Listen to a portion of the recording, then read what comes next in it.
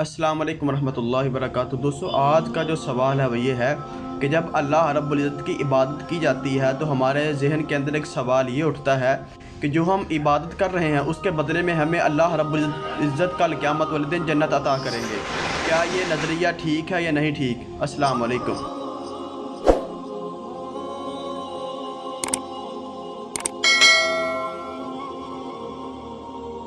الحمد للہ رب العالمین والصلاة والسلام علی سید المرسلین اما بعد۔ ایک بھائی سوال کرتے ہیں کہ ہمارے معاشرے میں یہ سوچ پائی جاتی ہے کہ اللہ کی عبادت جنت کی لالچ کے بغیر کرنی چاہیے، تو گزارش یہ ہے کہ یہ سوچ قرآن و حدیث کے خلاف ہے، یہ سوچ انبیاء کرام علیہم الصلاۃ والسلام کے عقائد کے خلاف ہے۔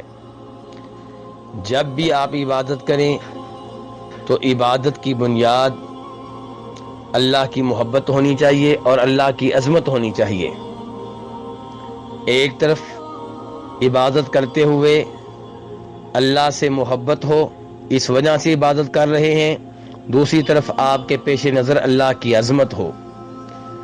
محبت اللہ تعالیٰ سے، اللہ کی جنت سے، اللہ کی رضا سے، اللہ کی نعمتوں سے، تو اللہ کی جنت لینے کے لیے، اللہ کی رضا حاصل کرنے کے لیے، اللہ کی نعمتیں حاصل کرنے کے لیے آپ عبادت کر رہے ہوں، دوسری طرف اللہ کی عظمت بھی پیش نظر ہو، رب کے عذاب کا ڈر، رب کے غضب کا ڈر، رب کی جہنم کا ڈر، تو یہ سب چیزیں آپ کے ذہن میں ہوں تو پھر آپ اللہ کی عبادت کریں۔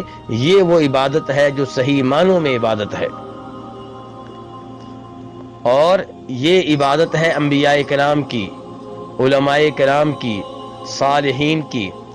اللہ تبارک و تعالیٰ نے 15ویں سپارے میں سورہ بنی اسرائیل میں فرمایا ان عظیم لوگوں کے بارے میں جن کو لوگ پکارتے ہیں، یعنی کہ فرشتے، انبیاء اور صالحین، ان کا کیا حال ہے؟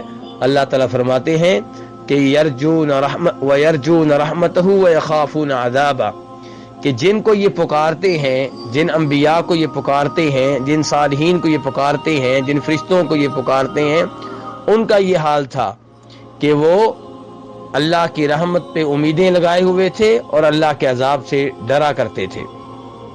اور سورہ انبیاء میں آیت نمبر 90 میں اللہ تعالیٰ انبیاء کرام علیہم الصلوۃ والسلام کا تذکرہ کرتے ہوئے فرماتے ہیں وَيَدْعُونَنَا رَغَبًا وَرَهَبًا، وہ ہم سے دعا کرتے تھے، ہمیں پکارتے تھے۔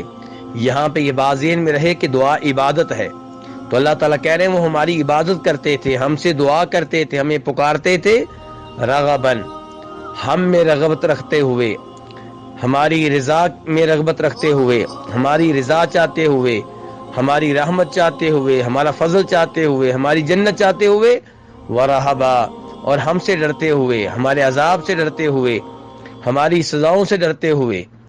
تو یہ تو انبیاء کرام علیہم الصلوۃ والسلام کی عبادت ہے، تو یہ انبیاء کرام علیہم الصلوۃ والسلام کا طریقہ ہے۔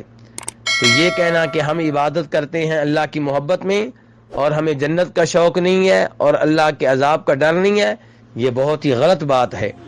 اللہ تبارک و تعالیٰ نے تو قرآن حکیم میں تحسین کے انداز میں فرمایا، تائید کے انداز میں فرمایا ان اللہ اشتری من المؤمنین انفسهم واموالهم بان لهم الجنہ، کہ اللہ تبارک و تعالیٰ نے مومنوں سے ان کی جانیں خرید لی ہیں، ان کے مال خرید لیے ہیں، اس کے بدلے میں ان کو کیا ملے گا؟ جنت ملے گی۔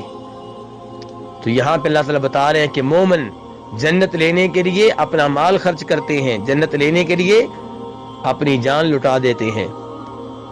تو یہاں پہ اللہ نے ان ایسے لوگوں کی تعریف فرمائی ہے اور انہیں اچھا قرار دیا ہے۔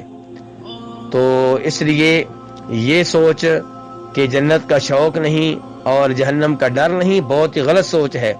جناب انس ابن مالک رضی اللہ عنہ کہتے ہیں، بخاری شریف کی حدیث ہے کہ نبی علیہ الصلوۃ والسلام عام طور پہ یہ دعا کرتے تھے اللہم ربنا آتنا فی الدنیا حسنہ وفی الآخرۃ حسنہ وقنا عذاب النار، اے اللہ، اے ہمارے رب، ہمیں دنیا کی ہر اچھی چیز دے اور آخرت کی ہر اچھی چیز دے اور جہنم کے عذاب سے بچا لے۔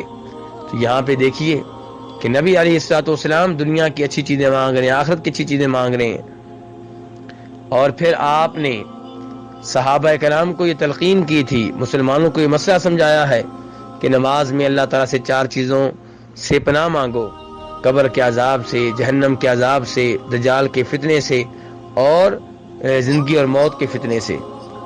تو یہ وہ چیزیں ہیں جن سے قرآن و حدیث بھرے پڑے ہیں۔